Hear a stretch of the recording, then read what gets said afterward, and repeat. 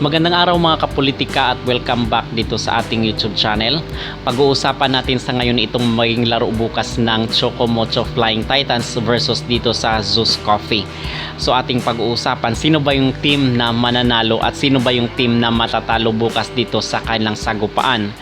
Kasi ang marami rin nagtatanong, ito na ba yung first win ng Choco Mocho Flying Titans or matatalo na naman sila dito sa nagaganap na PVL Open Conference. Bago ang lahat ay huwag kalimutang mag-like at mag-subscribe muna kayo dito sa ating YouTube channel para updated kayo dito sa ating mga latest issue.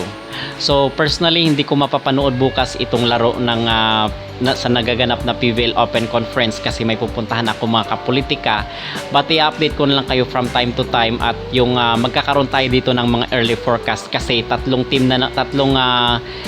match na naman itong mangyayari bukas kasi doon sa Pool A, itong laro sana ng Creamline itong nakarang araw is na-postpone po dahil dito sa Bagyong Karina, but ang sinasabi doon sa update is sa August 8 daw i-resume yung laro ng Pool B doon sa supposed to be laro noon itong nakarang araw ng Pool A.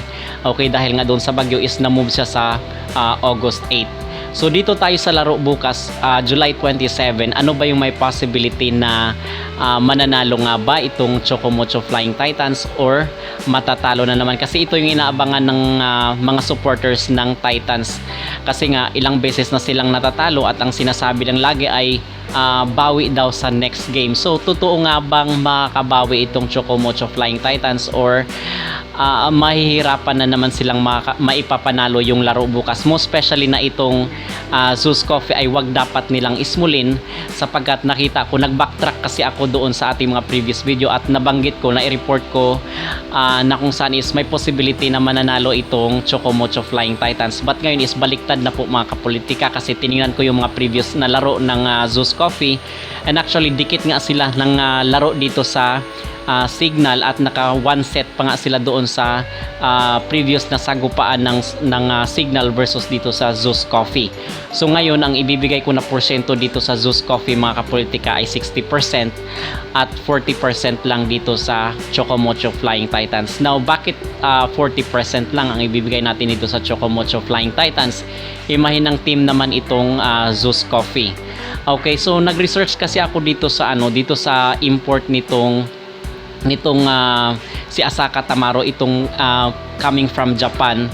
Kasi kung ikukumpara mo sila ng itong import ng Choco Mocho Flying Titans, iba talaga yung vibes na dinadala nitong si Asaka Tamaro kasi parang siya, contagious yung kanyang good vibes dito sa kanyang team dito sa Zeus Coffee. Kung ikukumpara mo dito sa dito sa atmosphere na ating nakikita at nararamdaman, actually yun nga lang naman ang naobserbahan ng mga netizen base sa mga comment section na parang palagi daw mainit ang ulo ng mga players ng Choco Mocho Flying Titans at may behavior problem sila kasi nakita nga natin doon yung swag ni Madim Madayag dito kay Ivy Lacsina nung ma-block itong spike ni Ivy Lacsina. So doon pa lang is may problem talaga, may something dito sa Choco Mocho Flying Titans na kung saan is kung ikukumpara mo dito sa sister team nila na Criminal is magkaiba sila ng behavior at ng character. So ito yung dapat i-work out ng Choco Mocho Flying Titans at nakikita rin ng iba itong si Dindin Santiago Manabat, bakit lahat ng team na napupuntahan niya ay bakit palaging natatalo.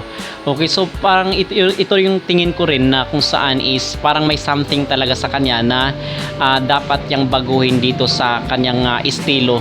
Okay, kasi ang sabi lang iba is parang lagi daw nakasimangot itong si Dindin Santiago Manabat, which is contagious yun kasi nga importante nga yung focus sa laro at nakikita rin yun ng kanyang mga teammates kasi isa rin sa mga factor, dapat magaling ka mag-motivate sa iyong mga ka-teammates dito sa iyong kupunan.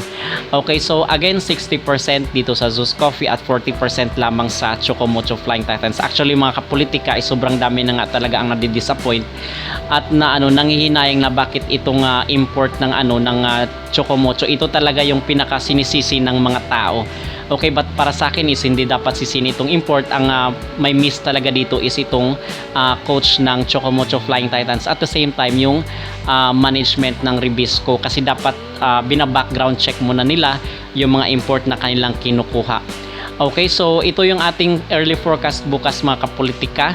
May possibility rin talaga na matatalo na naman itong Choco Mocho Flying Titans versus dito sa Zeus Coffee. Ang talagang i-workout lang dito ng Zeus Coffee ay yung kanilang consistency at yung kanilang happy vibes lang dito sa team para makapag-focus sila sa laro, and at the same time yung kanilang depensa dito sa next game nila sa Chocomocho Flying Titans. Now, dumako naman tayo sa ibang mga games mga kapolitika, kasi nabalitaan pala natin na itong si Myla Pablo ay hindi na naman pinaglaro doon sa laro ng Petrogas. Okay, sa sinasabi ko nga, meron talagang problema dito sa coach ng Petrogas, na kung saan nabanggit nga natin doon sa ating previous video na dapat nang palitan ito ng Petrogas or tuluyan talaga silang malugmok dito sa PVL Open Conference, kasi may isang talo na nga sila, at ngayon is wag dapat nilang ismulin yung kailang susunod na makakasagupa. Yung sa 3 PM ang nakikita natin dito, kasi maglalaro itong Akari versus Petrogas. Although historically is magaling itong Petrogas, but ngayon is merong scoring machine itong Akari. Okay, so ibibigay ko yung aking aking prediction dito sa Akari, na Akari yung mananalo dito versus Petrogas, kasi base rin sa mga obserbasyon at sa mga nakikita ng mga netizen at mga nababasa natin sa comment section, ay nakikita nila na humina na rin talaga itong import ng ng Petrogas, at actually si Van Sickle nga lang ang talagang kumakayo dito sa Petrogas. Okay, kung ito ay mapaghandaan ng Akari, kasi ang Akari dapat ma-minimize lang ng Akari yung kailang errors, ay kaya talaga lang maipanalo itong laro or sagupaan nila versus dito sa Petrogas Angels. At yung scoring machine la si Okaro doon sa previous na laro nila sa Chocomocho Flying Titans ay nasa 38 points lang naman mga kapolitika, yung pinaulan na puntos ni Oli Okaro dito sa PVL Open Conference. At as we speak right now, nasa top 1 po itong si Oli Okaro sa best scorer dito sa nagaganap na Open Conference. Okay, so itong Petrogas, wag dapat nilang ismulin itong Akari, kasi sa aking nakikita baka mananalo itong Akari laban dito sa Petrogas Angels. Okay, at itong si Myla Pablo, nakita naman natin na binangko na naman ng coach ng Petrogas Angels, at ibinabad niya na naman yung mga paborito niyang players. Okay, so hindi niya nakita at hindi niya na foresee yung mga mangyayari kung kaya natalo sila, at maybe dito sa sagupaan nila sa Akari is maliit na lang din yung tsansa na mananalo sila mga kapolitika. Okay, kasi sa nakikita natin, hanggat hindi magbabago ng rotation itong coach nila, walang mangyayaring pagbabago rin dito sa laro ng Petrogas Angels, at dapat yun ay maging lesson learned na rin sa kanila. Now, dito naman tayo sa laro sa 1 PM, itong Signal at sa dito sa Kapitan. Actually dito sa Akari, ang dapat lang talagang i-minimize ay itong kanilang errors. Okay, kasi ito yung magpapatalo sa kanila kung hindi nila ma-minimize yung errors mga kapolitika.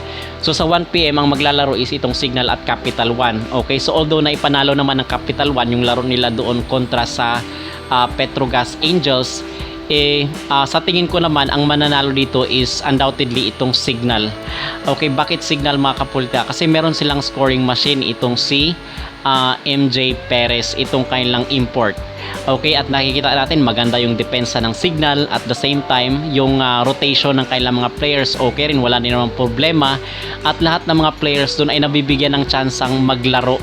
So far mga kapolitika, ito yung mga nakikita natin at mga na-foresee natin na maging resulta ng players bukas, at ito lamang ay base sa ating mga personal na opinion at ating mga personal na commentary dito sa maging match or sagupaan ng Pool B dito sa nangyayari na PVL Open Conference. At para sa inyo ba, sino ba yung mga team na mananalo? Especially dito sa laro ng Chocomocho, mananalo kaya itong Chocomocho Flying Titans or matatalo na naman? Mag-comment down below, at huwag kalimutang mag-like at mag-subscribe dito sa ating YouTube channel para updated kayo sa ating mga latest issues.